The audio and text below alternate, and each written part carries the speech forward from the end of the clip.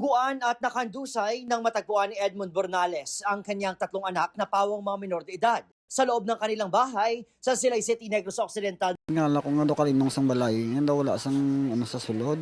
Pag sulod sa kwarto, ang mga kabataan ko kinaya na puro na pilason. Hindi niya inakala ang malagim na sinapit ng mga anak na sina Jezebel, Desiree at Charles. Edad 15, 9 at 4. Si Desiree, binawian na ng buhay sa tindi ng tinamong sugat. Ang dalawa niyang kapatid, critical pa rin ang kondisyon, wala silang kasama noon sa bahay. Dahil nagtatrabaho sa taniman ng tubo si Edmond at OFW sa Middle East ang kanilang ina.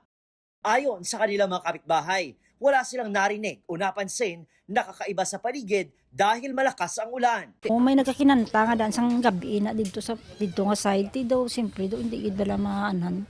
Ikatunog sang ilang sound to. Hindi kami ka panginaon gid daw ano kasta ka daw ay gid diri gina sila pirmi sa balay.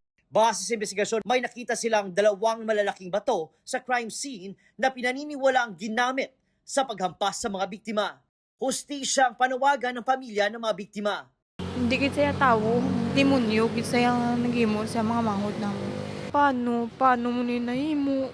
May persons of interest na ang pulisya. Negatibo sa sexual abuse ang 2 babaeng biktima base sa resulta ng test. Dumating na rin ang kanilang inang OFW mula Middle East pero hindi na muna nagbigay ng pahayag.